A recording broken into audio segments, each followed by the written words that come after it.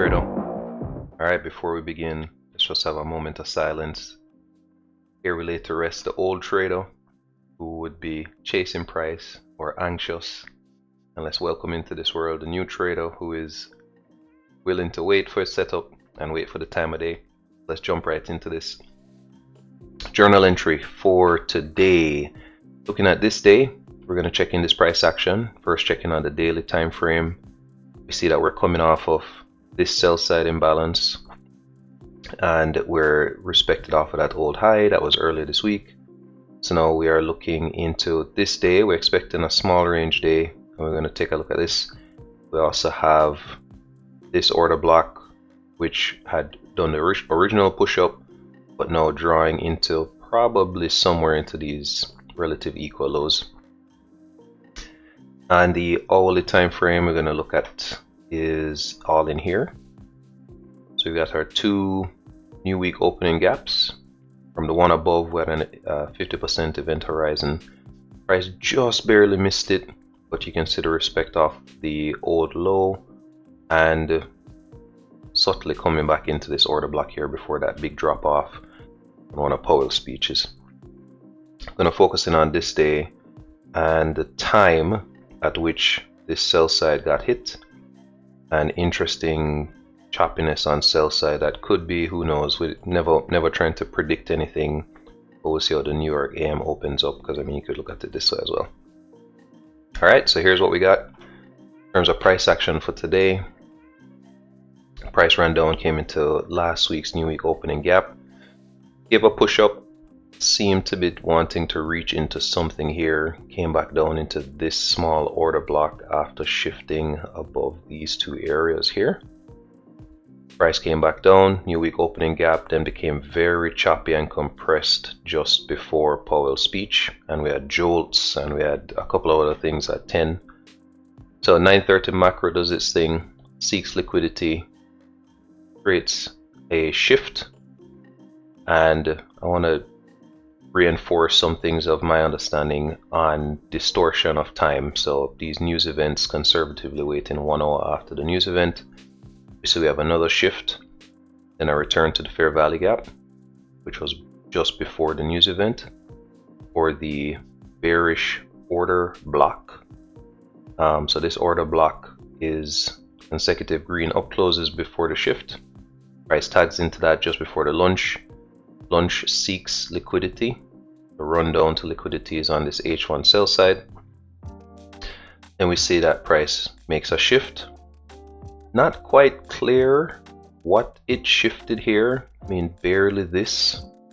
So this candle is just barely higher than this one. Shifts it there, retraces into the order block coming in the PM session. Tags in right at 3:25 PM.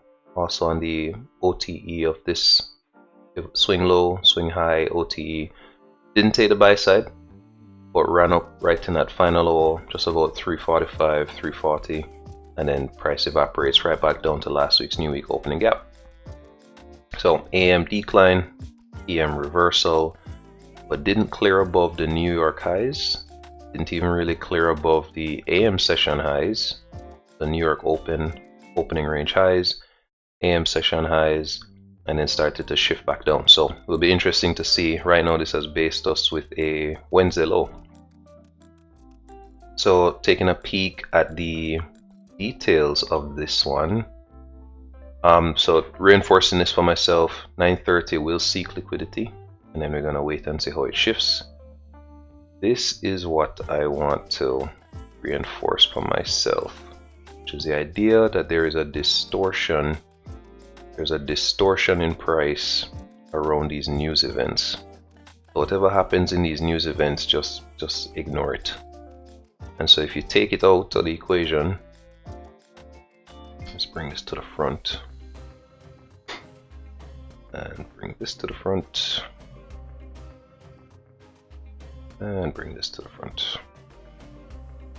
What we have is all of this distortion, and we'll see that price simply shifts below. So this long wick at right at 10 gets shifted here, and on that shift returns back to a fair value gap, and that fair value gap is just like that. So that whole distortion of the speech and the gyration and everything, you just need to look back. 930 takes liquidity, drops down, shifts, YouTube 2022 model, comes back to a fair value gap up in premium, and then distributes down. Lunch seeks liquidity, makes or takes liquidity. Here it took the liquidity on the H1 sell side. PM shift, really hard to see exactly what it shifted on. I mean, this candle is 32715. This one is 32715. I mean, this one is actually even literally higher. That's the only thing I can really see in terms of a shift on this leg. On the up leg, it would, you know, be a little bit more obvious. We have two shifts here, so not sure if I would incorporate this for myself, but we're going to note it in the journal. Shift in market structure, comes back to the down close candle. Not many, there are no fair value gaps in here, so I'm really more looking for the mean threshold of the bodies, which would have been just here. And don't have a tag on the mean threshold. We only get a tag right at the order block, so that, and also is an OTE on that high-low optimal trade entry.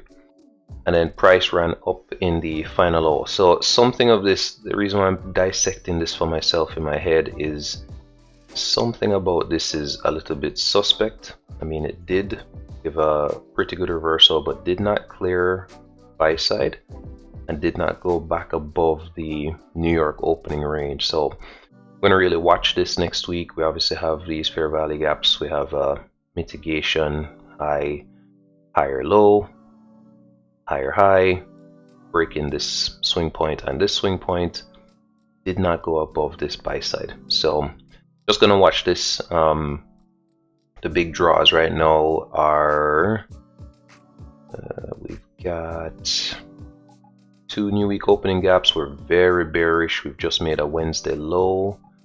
So there's a lot to monitor in terms of price action, even just all of this day. It's a very small range, but we'll see. Not going to try and predict anything, just going to wait and see how New York shapes up for tomorrow.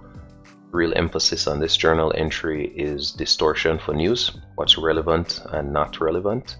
So ignoring that distortion, conservatively waiting 1 hour until after news at 11, and then seeing what the price action did for the 930 macro. 930 price action took buy side, we shifted below sell side, returned to a fair value gap, and then distributed down to an opposing liquidity.